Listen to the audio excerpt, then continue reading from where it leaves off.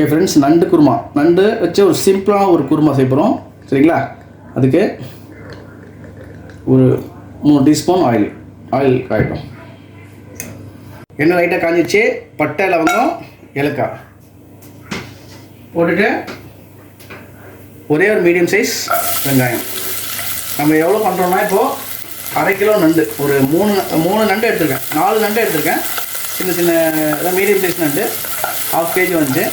அதுக்கான மெஷர்மெண்ட் தான் இது. சரிங்களா? மீன்வைல் நம்ம குருமாவில் நம்ம தேங்காய் அரைச்சி தான் செய்யணும். அதுக்கு தேங்காய் ஒரு 1/4 மூடி, ஒரு 3 பச்சை மிளகாய், ஒரு டீஸ்பூன் சோம்பு. இது நல்ல ஒரு பேஸ்ட்டாக அரைச்சிக்கோங்க. வெங்காயம் வதக்கிடுச்சு. அதே மாதிரி தக்காளி, ஒரு மீடியம் சைஸ் தக்காளி, அது நல்லா சாப் பண்ணிக்கோங்க. அதுவும் நல்லா எண்ணெயில் நல்லா ஃப்ரை ஆகும். போட்டு லைட்டாக வதக்கிடுச்சு. இந்த ஸ்டேஜில் இஞ்சி பூண்டு இதுமாரி இடித்து வச்சுருக்கேன். இதுமாதிரி குருமாக்களை இடித்து போடுங்க, தான் நல்லாயிருக்கும்.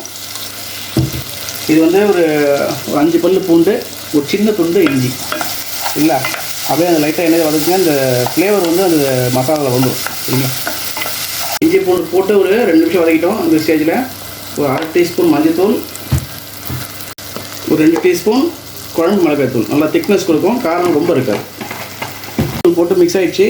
ஒரு லைட்டாக ஒரு 1/4 டம்ளர் தண்ணி ஊற்றிக்கோங்க. அப்போ அந்த மிளகாத்தூள்லாம் அந்த மசாலா எல்லாம் ஒன்று சேரும்.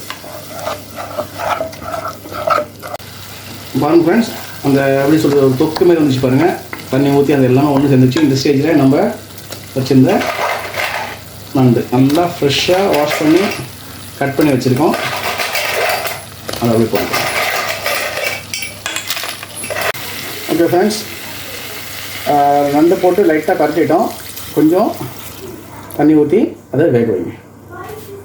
குழம்புக்கு தேவையான உப்பு போட்டுக்கோங்க.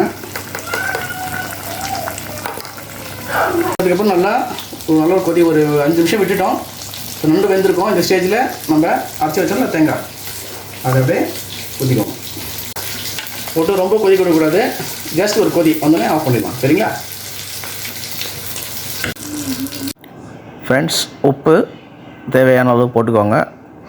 நல்லா ஃப்ரெஷ் மீன், கூடவே மிளகாத்தூள் நம்மளுக்கு தேவைக்கேற்ப. நீங்கள் காரம் உங்களுக்கு அதிகமாக வேணும்னா அதுக்கு ஏற்ற மாதிரி போட்டுக்கோங்க. கூடவே ஒரு 2 டீஸ்பூன் எண்ணெய் விட்டுக்கோங்க. எண்ணெய் எதுக்குன்னா அந்த மசாலா நல்லா கோட் ஆகும். போட்டு நல்லா மிக்ஸ் பண்ணிக்கோங்க. ஃப்ரெண்ட்ஸ், இப்போது தவாவில் ரவா போட்டு ஒரு ஃபிஷ் ஃப்ரை பண்ண போகிறோம். ஓகே, அதுக்கு ஆயில் ஊற்றிக்கோங்க. ஃப்ரெண்ட்ஸ், இப்போது ரவா கொஞ்சம் எடுத்துக்கோங்க. நம்ம மேரினேட் பண்ண இந்த ஃபிஷ் இருக்குல்ல, அதை அப்படியே ரவாவில் நல்லா இது ஒரு கிறிஸ்பினஸ் கொடுக்கும் சூப்பராக. சரியா? அந்த மாதிரி எல்லா ஃபிஷ்ஷும் நம்ம ஆயில் நல்லா ஹீட் ஆகிடுச்சு. இந்த ஸ்டேஜில் நம்ம வச்சுருந்த ரவா ஃபிஷ் அதை அப்படியே அதில் போட்டுருங்க. ஒன் சைடு நல்லா வெந்துச்சு ஃப்ரெண்ட்ஸ். அப்படியே இப்படி போட்டுக்கோங்க. சரிங்களா? ஸ்லோ ஃப்ளேம்லேயே, மீடியம் ஃப்ளேம்லேயே ஃப்ரை பண்ணுங்கள். அப்போ தான் உள்ளே நல்லா வேகும் ஃபிஷ்ஷு.